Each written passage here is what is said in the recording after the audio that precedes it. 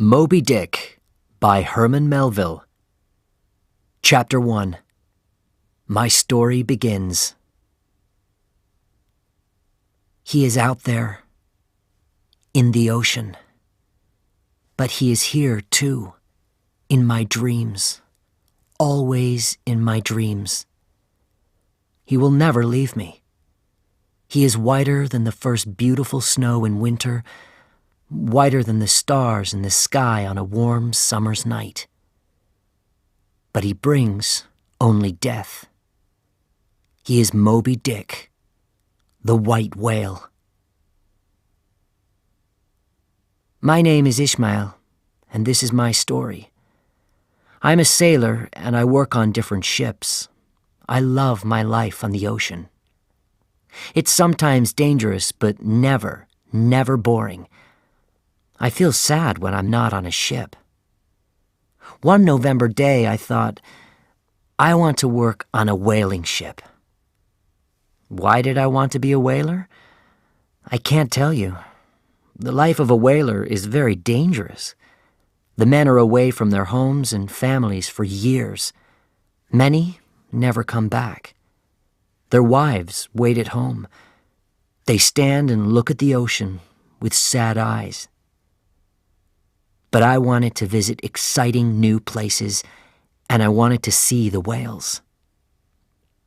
The first American whalers sailed from the town of Nantucket, so I went there too. I arrived on a cold, dark night and looked for a room. I was tired, so I went into the first place. The men inside drank and talked loudly. A large man with a red face stood behind the bar. "Do you have a room for tonight?" I asked him. "Our rooms are full," he said. "The men are here for the whaling ships. I'll have to put you in a room with Queequeg." Then he smiled and looked around at the other men. "Who's Queequeg? Where is he?" I asked. "Oh, he's a whaler. He's out now, but he'll be back later," said the man. Then he smiled again, and the other men laughed loudly. I didn't understand, but I was very tired. So I went to the room and got into bed. I fell asleep very quickly. A noise outside the door woke me up. I opened my eyes, but I didn't speak. The door opened, and a man came in. It was dark, so I couldn't see him well. Then he lit a fire in the fireplace. When I saw him in the light of the fire, I sat up. He was a huge man and very, very ugly. He had black lines over his face and body, and almost no hair on his head. He wore a strange skirt and no other clothes. The huge man suddenly jumped onto my bed. "Help!" I shouted. "Help!" The barman ran in. "Stop, Queequeg. This man wants a bed for tonight. He's sleeping here." Then he turned to me. "This is Queequeg, the finest whaler on the ocean. Don't be afraid. He won't hurt you." He laughed and left us. After he left, we were very quiet. "I'm sorry," I said. "I too," Queequeg said. His English was slow and careful. We began to talk, and then we couldn't stop.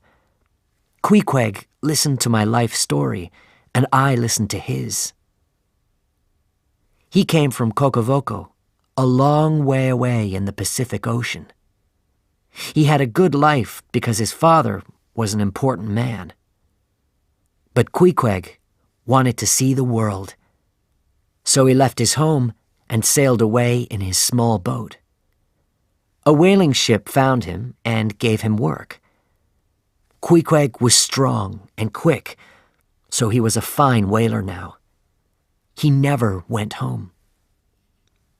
When the morning came, we were great friends. Queequeg stood up and shouted, "You will find us a whaling ship today. You and I will sail around the world." And do you know something? He was right. Queequeg knew because he could see the future. I learned this later. He was a strange and wonderful new friend.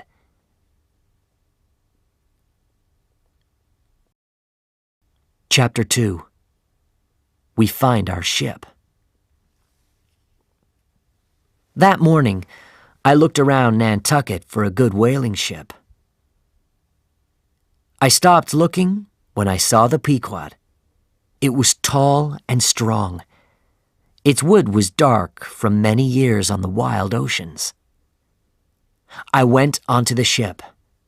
A man sat at a table with a big book in front of him.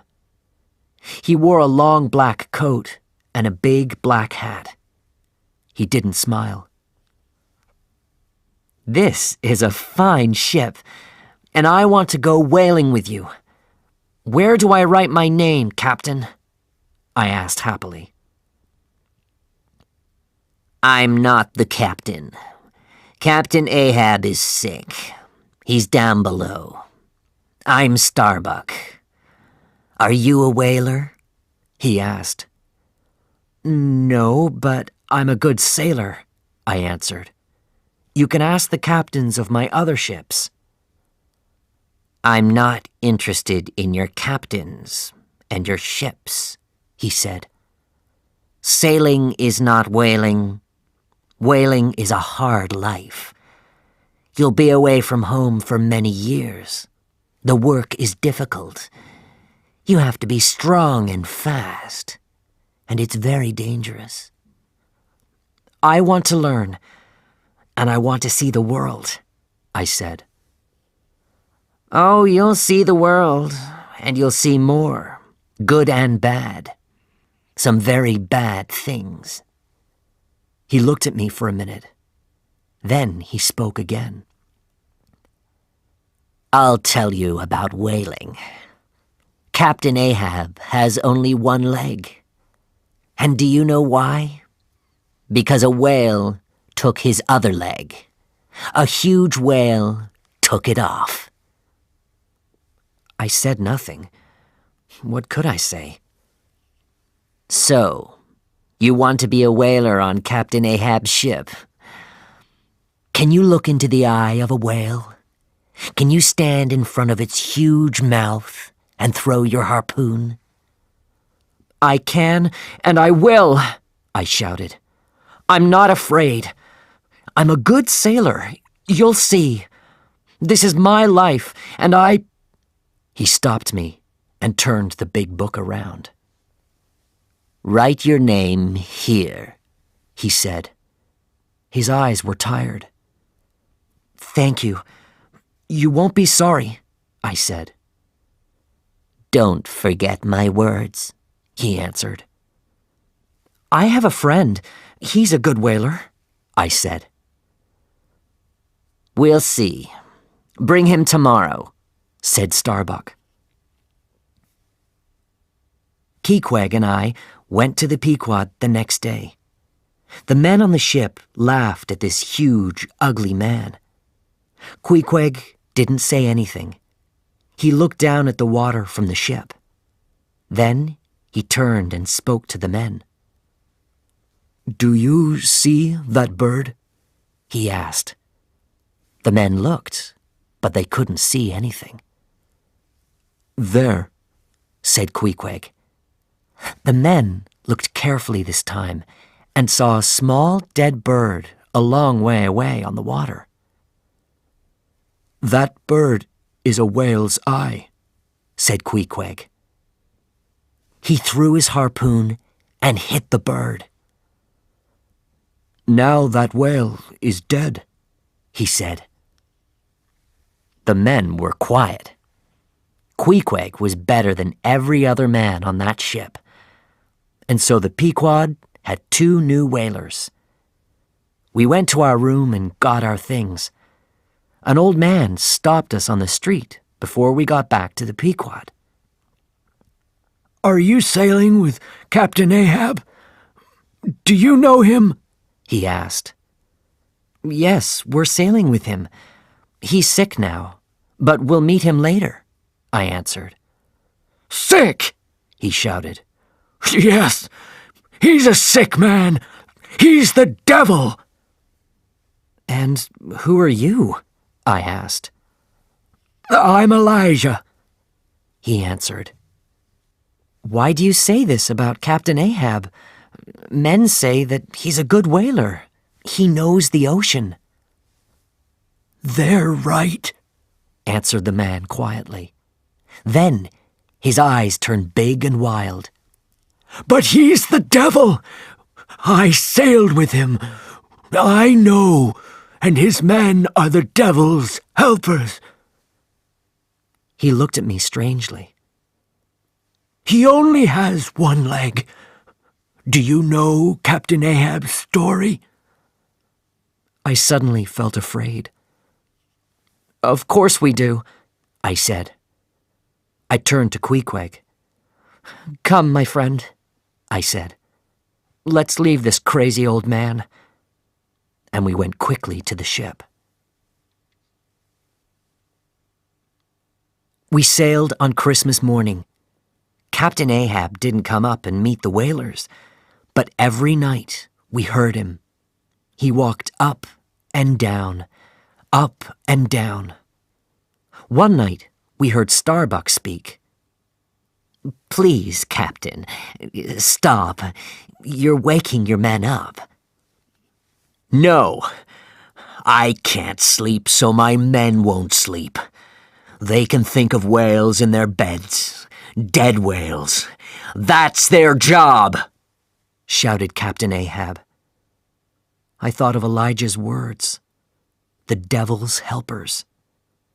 Were the men on the Pequod devils? There was unhappy Starbuck. Then there was Stubb. He was very different. He always laughed and told funny stories. From my bed, I looked around at my neighbors. Bildad, Tashtego, Dagu, Flask, Manxman, and the other whalers. They were from many different countries and had interesting stories. They weren't all good men, but they weren't devils. Who were Captain Ahab's devils? Chapter 3. Captain Ahab's Story. For 3 weeks, Captain Ahab stayed below. Then one day, suddenly, he was there in front of us. He was a thin man, but he was strong. He had a hard face with lines on it from years of sun and wind. His hair was gray and wild. His clothes were black. Then I saw it, his white whalebone leg, and an ugly white line ran down from the top of his head. Did it go down to his feet? Who or what did that to him? What fight did he lose so badly? He stood and looked at us with angry eyes. "What do you do when you see a whale?" he suddenly shouted. "Shout, sir," answered the men. "Good. Look at this." He showed us some gold. "I want 1 whale, a white whale. One of you will see this whale first. That man will get this gold." We stood quietly. Whalers don't make much money. We thought about the gold. We could buy a lot of nice things with it. "You'll know him when you see him," said Captain Ahab. "He's the biggest whale in the oceans." "I saw this whale," said Queequeg to me. "He is a mountain, very big, very strong. I put my harpoon in him. He got away." "I have to find this whale. I will find him," shouted Captain Ahab. "Are you talking about Moby Dick?" asked Testego. "Yes," answered Captain Ahab. "Moby Dick took your leg?" said Starbuck quietly. Captain Ahab shouted angrily at Starbuck. "Yes, he took my leg. He took half of me. Now I'm half a man, and Moby Dick will pay for this. I'll follow him to South America, to Africa. I'll follow him to the end of this world. I'll see him dead." He turned to the other whalers. "Are you with me, men?" "Yes," they shouted. They were excited. They saw the gold. They shouted and laughed. Only Starbuck stood quietly. His face was as dark as the sky before it rains. "What's your problem?" Captain Ahab asked him angrily. Then he smiled. "It's too dangerous. Is that the problem?" "I'm not afraid of dangerous work," answered Starbuck. "But I work for whale oil. I fight whales for their oil, for money. You hate this whale. How much oil will that bring you? How much money?" "When I kill Moby Dick, I'll be rich in here," shouted Captain Ahab, and he hit his body with his hand. He turned and started to walk away. "Are you going to follow this animal because it won a fight with you? It's wrong. It's crazy," shouted Starbuck. When he heard this, Captain Ahab turned on his whalebone leg.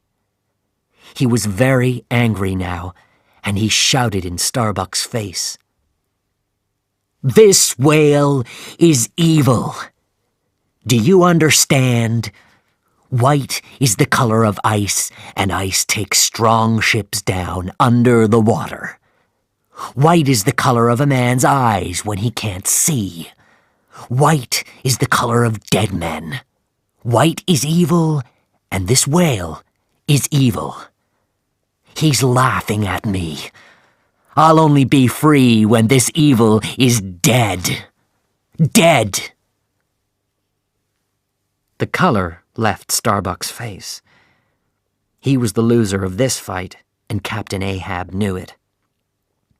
He turned to the men again. "Drink! Death to Moby Dick!" he shouted. The men put their harpoons up high and shouted too. Then they drank and danced. Later that same night, the men were asleep and the ship was quiet. I was outside with Pip, the little cook boy. We had to put water out for the next day's whaling. "Listen," said Pip. "Can you hear that?" "I hear men." The whalers were at the other end of the ship. There was nobody there. "I don't hear anything," I said. "No, listen," said Pip. "There are men below us, 5 or 6 of them. Can't you hear them?" "It's the ocean, Pip. It's playing games with you," I answered. "I have good ears," said Pip. He was angry with me and walked away. I watched him go. Then I sat and looked up at the stars. I dreamed of the white whale. I dreamed of gold.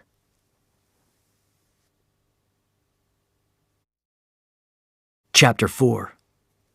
Our first whale. "Well," shouted Tashtego from the top of the ship. Whale! Captain Ahab came quickly. Get the boats! He shouted. The whale sent a shower of water up into the sky. Suddenly, 5 men came up from below and stood by Captain Ahab. Their faces were dark, and they had long, black hair. They wore strange, wide pants and no shirts or shoes. One of the men was older. He was darker and only had 1 tooth. He wore a strange, white hat, so we couldn't see his hair. His black eyes looked only at Captain Ahab. These were Captain Ahab's devils. Fedallah, go! Captain Ahab shouted to this man. 3 small boats went down into the water. Captain Ahab's men came too, in their boat. His men were strong, and their boat quickly sailed in front of ours. I turned to Pip. I understand now. These are the men. You heard them speaking before. I told you, Pip shouted back. Stop talking and row, shouted Stubb from the back. Do you think this is a tea party? Stubb always shouted at us, but we were never afraid of him. He always had a smile on his face. Starbuck was the captain of our small boat. He didn't talk to us, but we heard him say quietly, "Who are those men? What's Captain Ahab doing?" Captain Ahab shouted to his boat from the Pequod, but his men only had ears for Fedallah. Their eyes never left Fedallah's face, and their boat went faster and faster. This was my first whale. Maybe we'll kill it, I thought. I was excited. Every whaler was excited. But why weren't we afraid? Because our heads were full of money, oil, gold. The sky suddenly turned dark with rain, but we didn't go back. We have time. We can kill a whale before the heavy rain comes, said Starbuck. Queequeg stood ready with his harpoon in the front of our boat. Suddenly, the whale was there again. It came up out of the water, under our boat. Men and harpoons went everywhere. Then the heavy rain came. In minutes, our boat was full of water. Strong winds took our sails down. The whale left us and swam down into the dark water. After some time, the wind stopped. We waited, and day turned to night. We couldn't see anything.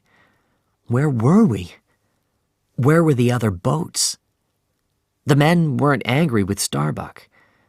The weather can play games with the best sailors. More hours came and went. We were wet, tired, and afraid. Then we saw a large black thing in the water. Was it the whale again? No. It was the Pequod, but the men couldn't see us. It's gonna hit us, shouted Stubb. We jumped into the ocean and began to shout for help. When the men on the Pequod heard us, they put ropes down. Then they helped us onto the ship.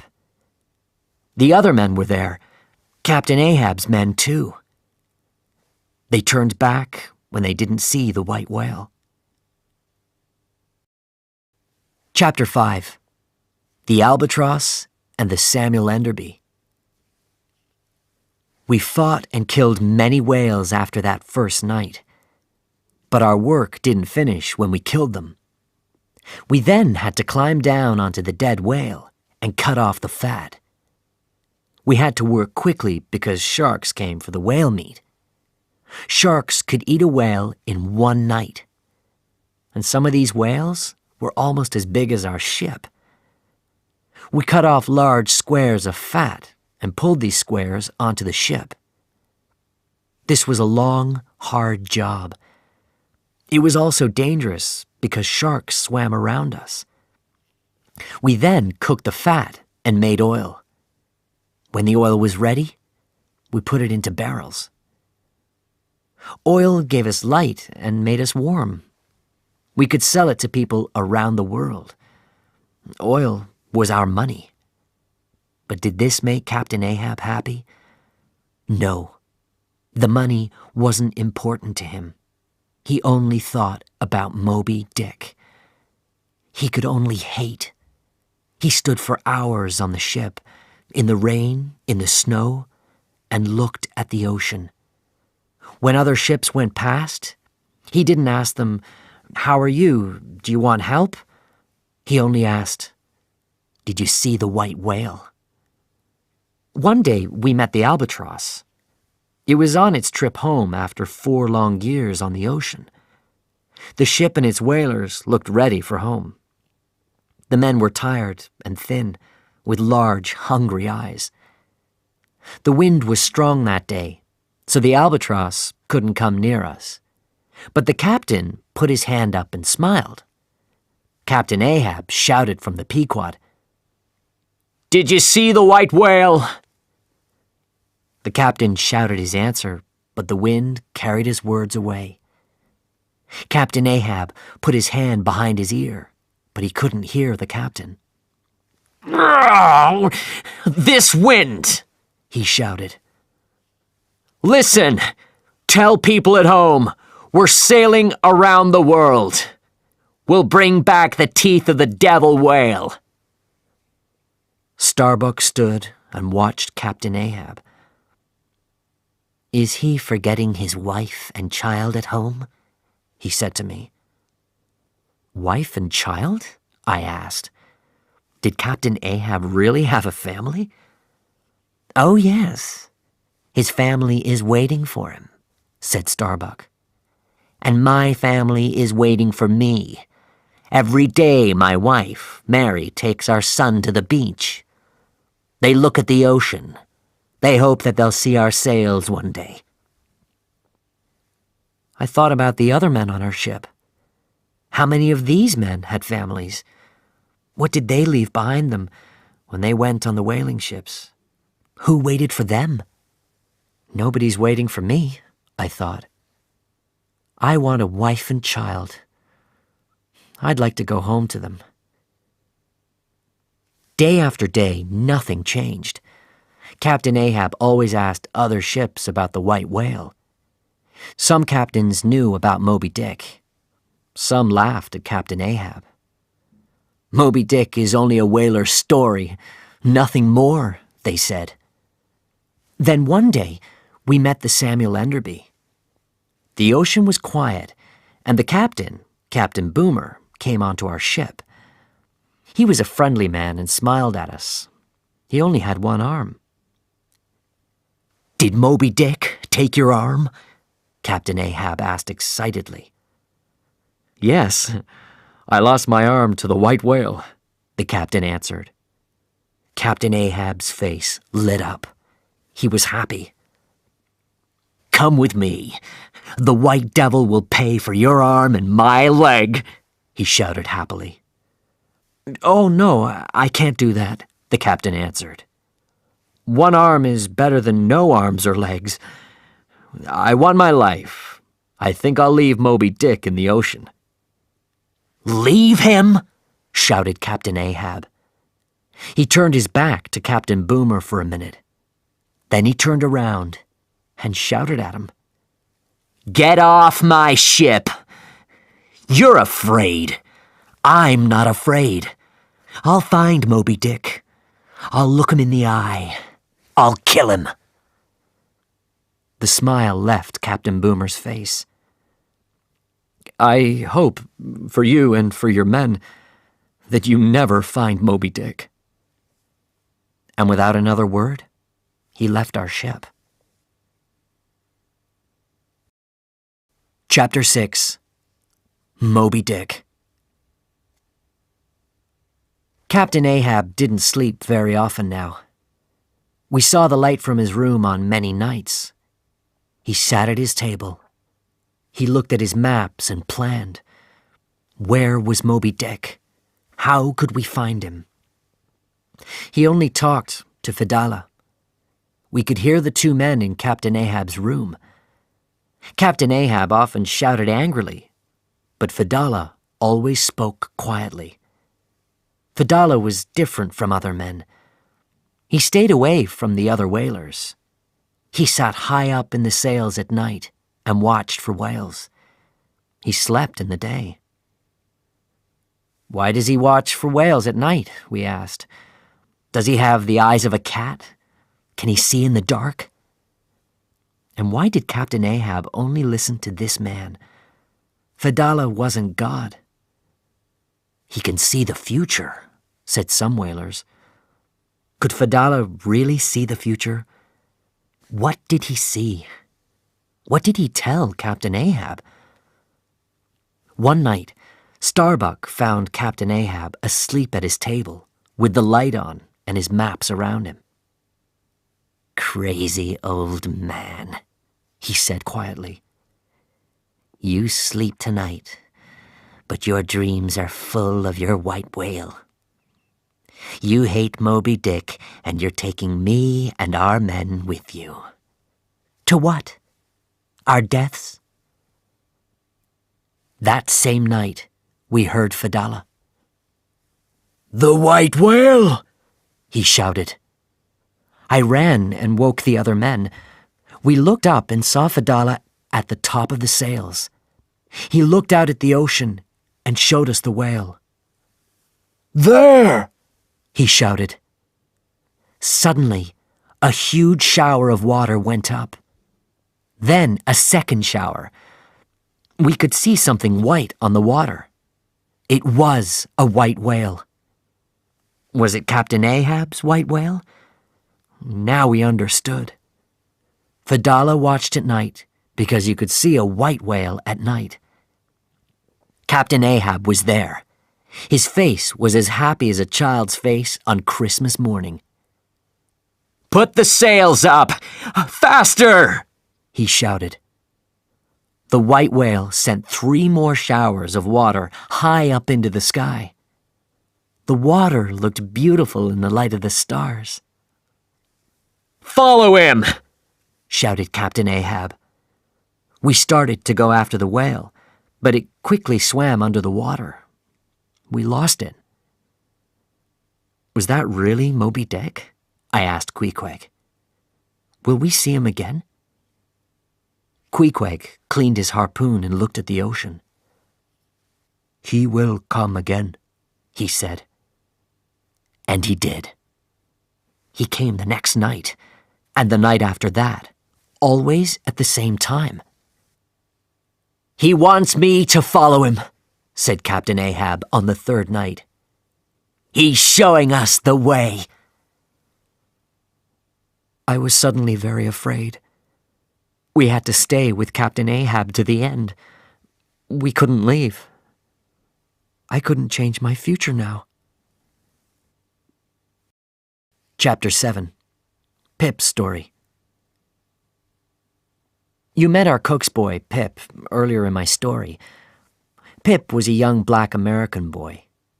He was only 14. A whaling ship wasn't a nice place for a boy, but Pip liked his work. He sang in the kitchen when he helped the cook, but things changed for him. After many weeks, we lost Moby Dick, and we started to look for other whales again. One of Stubb's men broke his arm, so he couldn't row. Stubb put Pip in our boat on the next whaling trip because there was no other man. Pip didn't want to go. We could see that in his face. But he always wanted to help, so he went quietly. Our first trip was fine, and Pip felt happier at the end of it. On our second trip, Tashtego's harpoon hit a whale behind its eye. The angry whale turned around and hit the boat. Pip jumped up and then out of the boat. When he jumped, the harpoon rope caught him. The whale started to swim away fast. It pulled Pip behind it. We could see Pip's head go in and out of the water. "Stupid boy!" shouted Tashtego. He stood up with his knife. He could cut the rope and free the boy. He looked at Stubb. Stubb liked the boy, but he didn't want to lose the whale. "Cut the rope!" shouted Starbuck angrily. Tashtego cut the rope, and the whale swam away. They pulled Pip back into the boat. The men were very angry with him. "Never jump out of the boat again," said Stubb. "We'll have to leave you. Who will bring us more money, you or a whale?" On the third trip, Pip jumped again when a whale hit the boat. He was a young boy, a cook, not a whaler. He was afraid. This time, Stubb left him in the ocean. "Please, come back," Pip shouted. "Please don't leave me. The sharks will eat me." But the boat went after the whale. Pip was in the ocean for a long time. The water was as cold as ice, and Pip was afraid. The ocean was very dangerous. Stubb sent the Pequod for him after we got our whale. When Pip climbed the rope, Captain Ahab put out his hand to him. Pip was a little crazy now. When he saw Captain Ahab's hand, he saw the hand of God. "Thank you, God," he cried. After that day, Pip was a different person. He followed Captain Ahab everywhere. He was always with him. And Captain Ahab was a different man when he was with Pip. He never shouted at him. He smiled and was kind to him. After many days of this, Starbuck got angry and shouted at Pip. "Captain Ahab is not God. Stop following him, you crazy boy." "Why are you angry? The boy doesn't understand," I said to Starbuck. "I'm not angry. I'm afraid. I know the boy is crazy. But Captain Ahab, does he think he's God? Is he—" He stopped before he said the word crazy. "This is not good. It's wrong," said Starbuck. Then he walked away. Chapter 8. Queequeg's Coffin. Some days later, we heard shouts from below. Captain Ahab!" It was Starbuck. He ran to Captain Ahab, very fast. Starbuck was a young man. When you saw his black clothes and sad face, you could forget that. "What is it?" Captain Ahab asked him. "The barrels, Captain. There's a problem with some of the barrels. We're losing oil. We have to stop the ship. The men have to change the bad barrels." "I'm not going to lose a day's sailing because of some barrels." "No, we're not going to stop," answered Captain Ahab. "But, Captain, we're losing a lot of oil," Starbuck shouted. The men stopped working and watched. "You have to stop. We'll lose everything." "No, we're very near Moby Dick. I can feel it. We have to find him," answered Captain Ahab. Starbuck was afraid. We could see this in his face. But he was very angry, too. He didn't leave. "But the men, our wives and children, we're here because we want food for our families. The money from the oil is important to us. We have to live. We want to live. Where are you taking us? What are you doing to us?" Captain Ahab took out his gun. "Oil is not my God. We will not stop," he shouted. "Do you understand?" Not one man spoke. Nobody moved. We stood and watched. Starbuck slowly turned from the gun and started to walk away. "I can't win this fight," he said. "You have the gun." Then he turned around and looked at Captain Ahab. He spoke quietly. "But be careful, Captain Ahab. Not of me. I'm not the problem. You are." He turned and walked away. Captain Ahab didn't speak. He watched Starbuck go. Then he put his gun down and went to his room. Later that day, Captain Ahab shouted for the men to come to him. "Starbuck says we have a problem with some of the barrels," he said. "We're going to stop and change them. Take down the sails." Starbuck's face was happy. He didn't speak, but his eyes said thank you. We worked day and night on the barrels. It was very hot below, and oil was everywhere. The barrels were very heavy, and only the strongest men could move them. Queequeg had to do a lot of this hard, heavy work. After 3 days, we finished. The men were tired, and some were sick from the work. Queequeg slept outside that night. He wanted to get away from the hot rooms below. But it was very cold outside. The next morning, Queequeg was very sick. His body was as cold as ice one minute, and then as hot as fire. He couldn't see. He couldn't speak. I stayed with him. "I'm here," I said. "My dear friend, I won't leave you. You'll get better." After 2 days, Queequeg called the other men to his bed. "Make me a coffin," he said. "I am going to die." "No! You aren't going to die. You can't leave me," I cried. "Yes, my friend. I am going to die. Men, please make my coffin. Do not throw my body into the cold ocean." The men made Queequeg his coffin. When they finished it, they brought it to him. "Bring my harpoon," he said, "and some food and water." We put his harpoon next to him and brought him food and water. "Put them in my coffin," he said. So we put them in. "Now, put me in the coffin," he said. "No!" we shouted. "I want to try it," he said. So we put him inside and closed it. After some minutes, he spoke. "It is good. Now I will go to my bed again."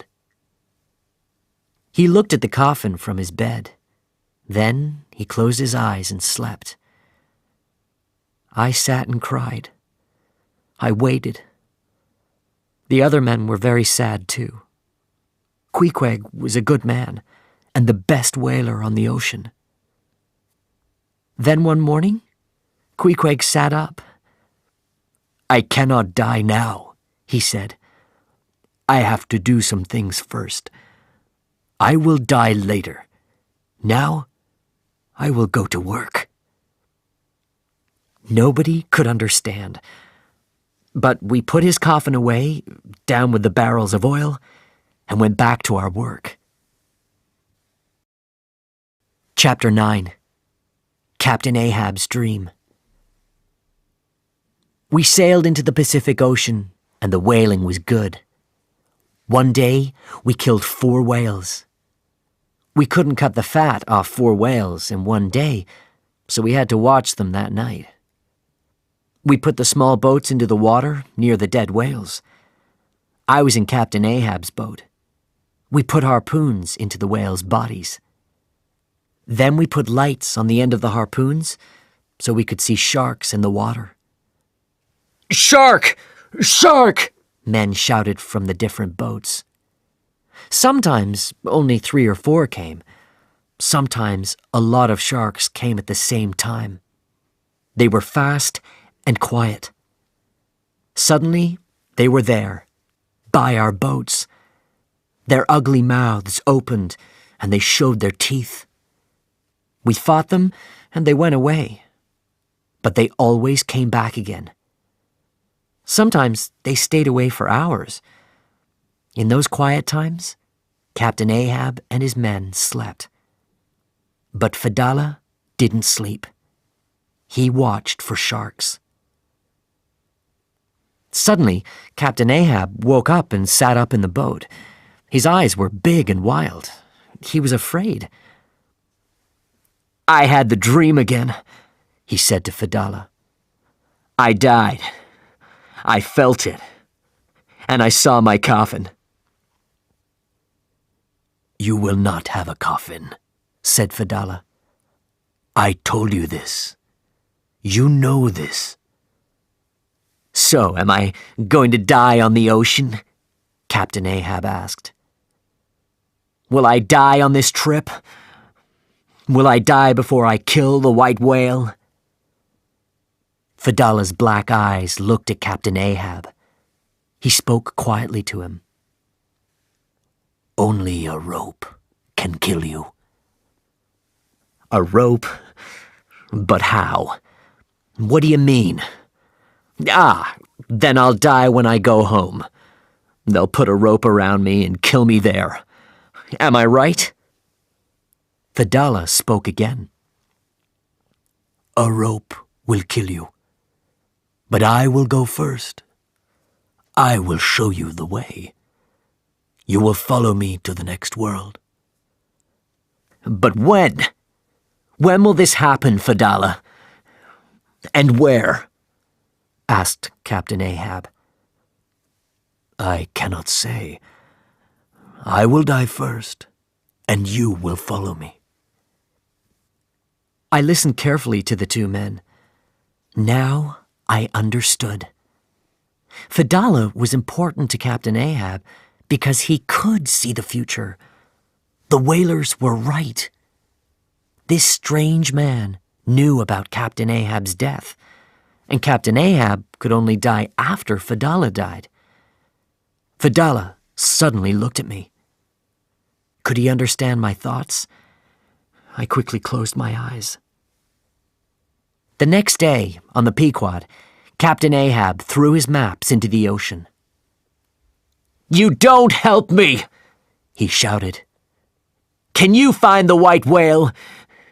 Do I see him in front of me now? I'll find him without you." Some of the men saw this. Their mouths were open and their eyes were large. I looked at Starbuck. His face was white.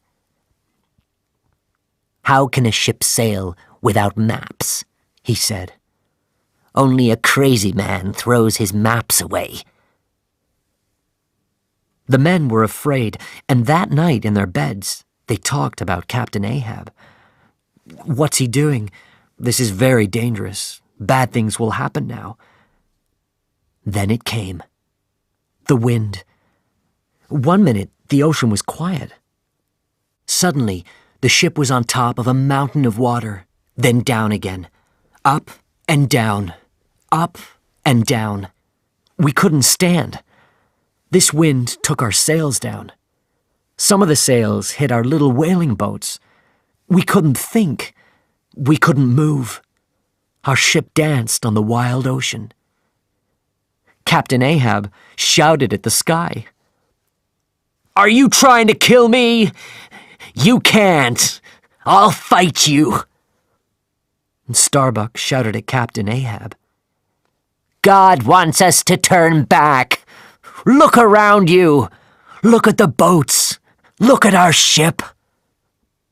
Captain Ahab ran and got his harpoon. "No man will turn this ship around. I'll put this harpoon through that man. We'll follow Moby Dick." He lives here, in this ocean. He took my leg from me here. Now I'll find him and I'll finish our fight. He took my life and now I'll take his." After many hours, the wind stopped. Starbuck went to Captain Ahab's room. He looked very angry. I wanted Starbuck to be our captain. I followed him and watched. He opened Captain Ahab's door quietly. The captain was asleep at his table. There were no maps there now, but there was a gun on the table. Starbuck slowly and carefully took the gun. He stood with it in his hand and looked at Captain Ahab. "What can I do?" he asked quietly. "I can kill him. Then we can go home to our families." He stood for a minute before he spoke again. "Or I can leave him. Then he'll kill everyone on this ship. We'll die a long, long way from home." I wanted Starbuck to kill Captain Ahab. After some time, Starbuck's hand fell. He couldn't do it. He put the gun on the table and quietly left Captain Ahab's room. The next morning, we heard strange noises. What were they? Were they the sounds of animals or fish? Was it the wind? Were they the calls of dead sailors? It was Pimp. He jumped up and down. "It's me!" he cried. "I'm in the ocean. You forgot me. Help me!" Captain Ahab went to the boy. "Don't be afraid," he said. "You're with me. Nothing will hurt you." "Look at that," said Stubb. "Two crazy people on a crazy ship. What will happen next?" Chapter 10. The Rachel. Later that day, our ship met the Rachel. The Rachel looked as bad as the Pequod after the strong winds. But Captain Ahab didn't talk to the Rachel's captain about the weather. He asked the same question. "Did you see the white whale?" When Captain Gardner answered, Captain Ahab jumped. "Yes," our visitor said. "I saw him yesterday." Captain Gardner came onto the Pequod with some of his men. Captain Ahab was full of questions. "You saw Moby Dick yesterday? Where? Did you kill him? Where is he now?" Captain Gardner's face went white, and he began his story. "I had 3 boats on the water. Suddenly the white whale came out of the ocean. I sent one of the boats after it. The men harpooned the whale. It swam away and pulled the boat after it. It was too fast. We couldn't follow the boat and we lost it. We looked last night and this morning, but we couldn't find it." "Something on that boat is important to him," Queequeg said quietly to me. "Maybe it's his best boat," said Dagu. "Or his best harpooner," said Stubb. Captain Gardner's face was very sad. He asked Captain Ahab, "Will you help us look for the boat, Captain?" When Captain Ahab didn't answer, Captain Gardner spoke again. "I'll pay you for your time." There was no answer. "My son was on that boat," Captain Gardner said. "He's my only son. 12 years old. You and I can find him, Captain Ahab. I hope you'll help me."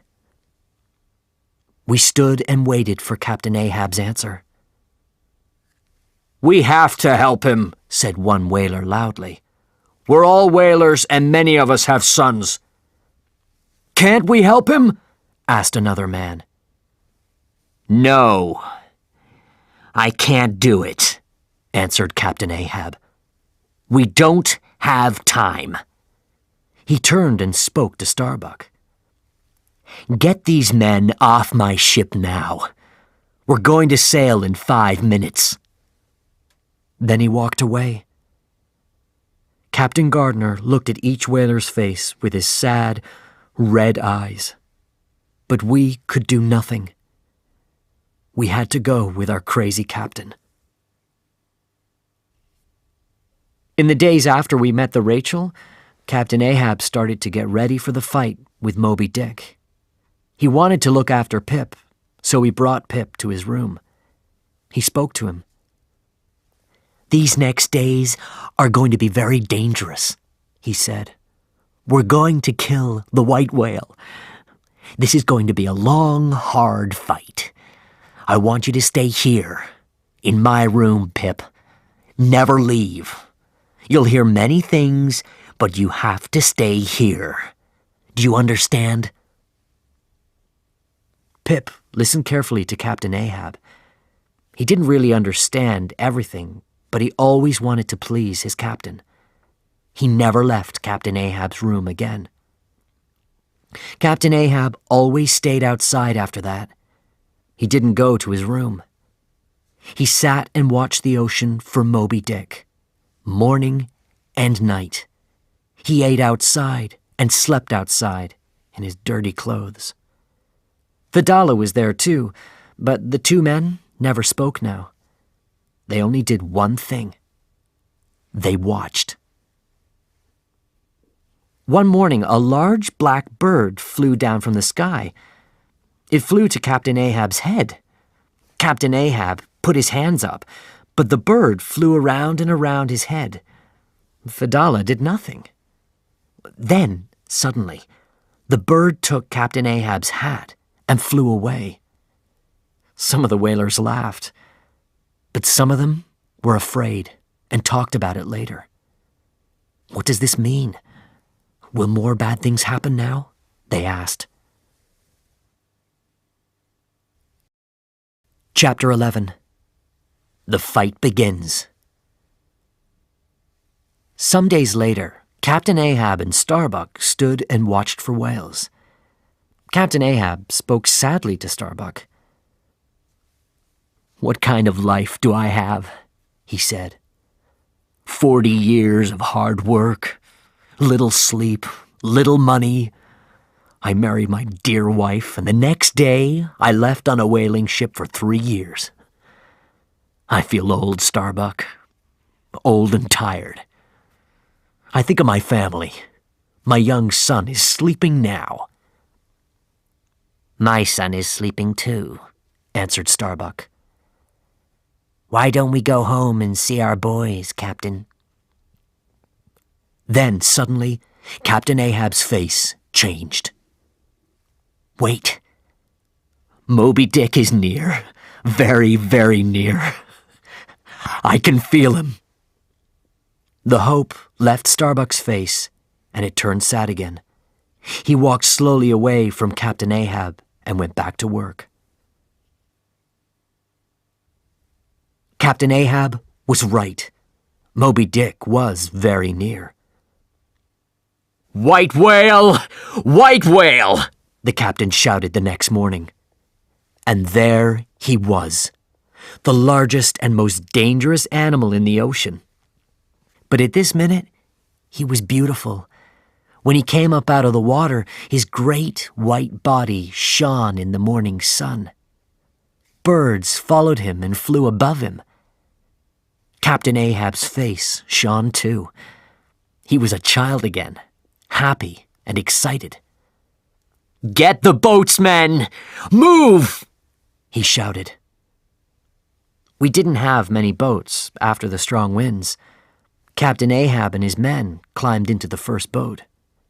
Captain Ahab spoke to Starbuck before he left. "Stay here," he said. "Then you can see your wife and child again." Now we were in the boats. Moby Dick came up out of the water again. He was a huge white mountain. There were harpoons in his body from his many fights with whalers. When he hit the ocean again, water showered down on us. Then he swam down into the dark water, and the ocean was quiet. Where was he? We sat for hours in our boats and waited. Suddenly, Tashtego shouted, "The birds! Look!" The birds were above us, so Moby Dick was near. We looked into the water. Something was down there. It came nearer. It got bigger and bigger. Then he was there, the huge white whale. He came up under Captain Ahab's boat. His mouth opened. I could see his teeth. He closed his mouth on Captain Ahab's boat and took it out of the water. Fedallah and his men jumped into the ocean. Captain Ahab didn't jump. He stayed in the boat and shouted at Moby Dick. He tried to fight him, but he couldn't. His harpoon was in the ocean now, and he couldn't move easily with his whalebone leg. Then the boat broke and fell into the ocean. But Moby Dick didn't swim away. He started to swim around Captain Ahab and his boat. He began slowly. Then he swam faster and faster. We couldn't get near him in the other boats. We couldn't help Captain Ahab. "That whale is playing with him," said Stubb. The birds flew around and around in the sky above Moby Dick. "Get the whale! Bring the Pequod!" shouted Captain Ahab. The noise from the ocean and the birds was very loud. Could anybody on the Pequod hear him? But the Pequod's sails went up. It turned and started to sail to the white whale. We watched from our boats. "It's going to hit Moby Dick!" we shouted. But suddenly, Moby Dick went down into the water again. The water stopped moving. The ocean was quiet. Moby Dick didn't come back. The whalers on the Pequod pulled Captain Ahab and his men out of the water. Captain Ahab's men were really afraid now. They shouted and cried. But Fedallah didn't speak. He walked away and looked out at the ocean. How did he feel? His cold black eyes showed nothing. Captain Ahab went to his room and got the gold. "This gold is mine now," he shouted to the whalers. "I saw Moby Dick first, but I'll give it away. We will kill Moby Dick. The only question is, when? Who will see the White Devil first on that day? That man will get this gold." Starbuck shouted at Captain Ahab. "Didn't you learn anything today? Are you really crazy? You have to stop. Don't go after that whale again." "Ha!" Captain Ahab answered. "Today was nothing. You are nothing. I'm going to finish this. I'll stop when the White Devil is dead, with my harpoon in his White Devil's body."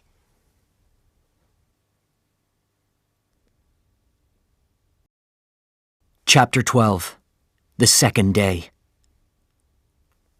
"White whale! White whale!" Moby Dick came again. He was hundreds of meters away, but we could see the shower of water from his back, high in the sky. He came out of the ocean. Then his huge body fell again and hit the water. 3 boats went after him. Captain Ahab and his men took Dagu's boat. In an hour, the boats were all in different places around Moby Dick. Our harpoons rained down on him. Some fell into the ocean. Some hit him and stayed in his body. The harpoon ropes pulled our boats nearer to him. Suddenly, Moby Dick started swimming round and round. He opened and closed his huge mouth. He pulled hard on the ropes, and the 3 boats moved nearer. Flask's boat hit ours. Wood and harpoons went everywhere. We swam quickly and tried to get away from the whale. Moby Dick went down under the water. Where was he? How many meters could he swim with our harpoons and ropes in him? We waited. He came up again, under Captain Ahab's boat. The boat broke, and the men fell into the ocean. You could hear them shout and cry. Then Moby Dick stopped moving. He stayed there and watched us. It was the strangest thing. He looked at us with his small black eye. We waited. Then he swam away quietly. Our harpoon ropes followed him in the water. We waited for the Pequod. We had to be very careful. We didn't shout because we didn't want sharks to see us. When they pulled me out of the water, I was happy and excited. I didn't die. But the other men? Queequeg. Where was Queequeg? Then I saw him. And Stubb? Yes, he was there too. And Tashtego, Flask, and Dagu. But where was Captain Ahab? After some time, we heard a shout. It was Captain Ahab. His arm was around Starbuck because he couldn't walk. He had no whalebone leg now. He was tired and wet, and looked very old. "Give me a harpoon," he shouted angrily. "That will be my second leg for now." He walked with the harpoon to the men and sat down on a barrel. Then he spoke to us. "Watch carefully," he said. "Moby Dick will come to us on the third day. He'll die on the third day. Who will see him first? Who will get the gold?" We didn't shout and dance this time. We were tired. We were afraid. We stood quietly. Captain Ahab looked around at us, and his face suddenly changed. "Where's Fedallah?" he asked. We looked around. He wasn't there. Nobody spoke. Captain Ahab's face went white. His eyes were large and black. He opened his mouth, but nothing came out. Then he spoke again, but the sound was different. It was high and strange. "Find Fedallah! Do you hear me? Find him!" We looked everywhere, but we couldn't find Fedallah. "Maybe he went down with the ropes," said Stubb. Stubb wasn't sad. The whalers weren't sad. Captain Ahab's men weren't sad. Only one man on that ship wanted to see Fedallah again. The captain. He could lose his maps and his whalebone leg, but not Fedallah. He shouted at the ocean. "You'll die for this. My harpoon will end your evil life." I remembered Fedallah's words to Captain Ahab. "I will go first. I will show you the way. You will follow me from this world."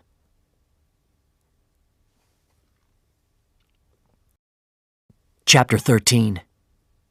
The End. On the morning of the third day, the sun shone in the blue sky and the ocean shone in the sunlight. The Pequod sailed well. It was the most beautiful day, but the saddest day. "On the third day he'll come," Captain Ahab said again and again. He sat high up in the sails and watched. He looked better now. He looked strong again. After 40 years on the ocean, Captain Ahab understood whales well. "Why don't we see him? We're going too fast," he said. "Moby Dick has our harpoons and ropes in him. He can't swim fast. Turn around. We'll go back for him." "Look at Captain Ahab. He's running to his death," said Starbuck sadly. "There he is," shouted Captain Ahab after 2 hours. And there was Moby Dick. Starbuck spoke quietly. "How are you, Mary? How's our boy?" Why did he speak to his wife? Did he know something? Was this the end? Captain Ahab thought only of Moby Dick. He shouted happily at the whale. "You and I had to meet. We had to fight. Now is our time." Captain Ahab climbed down from the sails. He couldn't walk without his whalebone leg, so Starbuck helped him. "Will you watch our ship when I fight Moby Dick?" Captain Ahab asked Starbuck. "Captain, don't go," said Starbuck. "Take my hand," said Captain Ahab. "Can we be friends now, at the end?" "Oh, Captain," Starbuck cried. We only had one whaling boat now, so many men had to stay on the ship. Queequeg stayed, but I had to go on the boat with Captain Ahab and the other men. "Be careful, my friend," Queequeg said to me. When our boat went down to the water, we saw young Pip's face in the window of Captain Ahab's room. His eyes were large and sad. He shouted to Captain Ahab, "Please don't go! Please don't leave me!" We sat in our boat all day. The men didn't speak. Captain Ahab didn't speak. We watched and waited. Then the water began to move. "It's time," said Captain Ahab. "Get ready for the greatest fight of your lives." Moby Dick came to the top of the water. Then he slowly swam to our boat. He swam near us for some minutes, and then suddenly he turned his body around and hit the boat hard. It broke and water started to come in. We got down on the floor of the boat and tried to stop the water. Then Captain Ahab suddenly cried, "Roar!" In front of us was Fedallah. We could see our ropes around Moby Dick's body, and Fedallah's dead body was in the ropes. One of Fedallah's arms was free. It went up and down when the whale swam past us. His eyes were open, and water came out of his mouth. We stood up. We wanted to run away, but we were in the boat. "Sit down!" Captain Ahab shouted at us. "Don't leave this boat, or I'll throw a harpoon at you. Row!" Captain Ahab tried to stand up in the boat, but he couldn't with only one leg. "Give me a harpoon," he said angrily. Moby Dick slowed down again and waited. Did this animal think? Did it plan? Captain Ahab spoke again. "Row near him. Don't speak. Don't make a sound." When we went near, the whale sent up showers of water. The water rained down on us. We couldn't see, but we were very near. I put out my hand and felt his cold body. Captain Ahab threw his harpoon. The whale moved when it hit his body. It hurt him. He was angry. He turned and hit the boat again. I fell into the water. Our sails were up, and the wind carried the boat away. I shouted, but the boat couldn't stop. They had to leave me there in the water. The boat sailed fast. The water came in, and the men tried to stop it. Captain Ahab's eyes were on the ocean. He didn't see Moby Dick come again. Flask suddenly shouted, "The ship! Moby Dick's going to hit the Pequod!" "Row! Help the ship!" shouted Captain Ahab. The men rowed as quickly as they could. I saw Queequeg on the Pequod. He was at the top of the sails. I saw the other men, too. When they saw Moby Dick, they ran away. Some of them jumped from the ship, but Queequeg didn't move. He stayed there and watched the whale. Moby Dick hit the Pequod. The noise was very loud. Then everything went quiet. Water ran through the ship. I could hear Starbuck. He shouted at Captain Ahab. "You did this to us, Captain Ahab! God help us!" Then I saw Dagu and Stubb. Stubb took off his coat and shoes so he could swim. Moby Dick didn't swim away. He waited. Then he swam between the Pequod and the whaling boat. The men in the boat looked at Captain Ahab. He looked old and tired, but his head was high. He spoke to the men. "The Pequod's going down," he said. "It's the best ship in this ocean, and I'm not with my ship. That's very sad. A good captain has to be with his ship at the end." Then Captain Ahab's face was suddenly angry. He slowly brought his harpoon up. When he talked to the white whale, his face was the face of the devil. "You can kill me, but you cannot win." He threw the harpoon hard and fast. It hit Moby Dick below his small black eye. The whale turned and swam fast. He pulled the small boat behind him at the end of the harpoon rope. The men fell down in the boat. Captain Ahab took out his knife and tried to cut the rope. But before he could cut it, the rope went around his body. It pulled him up and out of the boat. 1 minute he was there. The next minute he wasn't. There was no shout, no cry, not one word. Suddenly the rope broke. Moby Dick was free, and the boat stopped moving. The men sat for a minute with open mouths. Then some of them jumped into the ocean. They swam around the boat and tried to find Captain Ahab, but they couldn't see him, and after some time they climbed back into the boat. Then I heard a shout, "The ship!" I looked around and saw the Pequod. There was only one sail above the water now. Queequeg was at the top of the sail, and his harpoon was in his hand. He put his hand up high. The Pequod went down. I saw my friend Queequeg one last time before the ship went under the water. When a ship goes down, it takes the water with it. The water pulled the whaling boat with all the men under the water, and it pulled me nearer. "Queequeg, am I going to meet you? Am I going to die with you?" I asked. But then the ocean was quiet. Suddenly something came up under me and hit me. Was it Moby Dick again? Was it a shark? No. It was Queequeg's coffin. My dear friend helped me one last time. The coffin came to the top of the water, and I climbed onto it. I stayed on Queequeg's coffin for 2 days and 2 nights.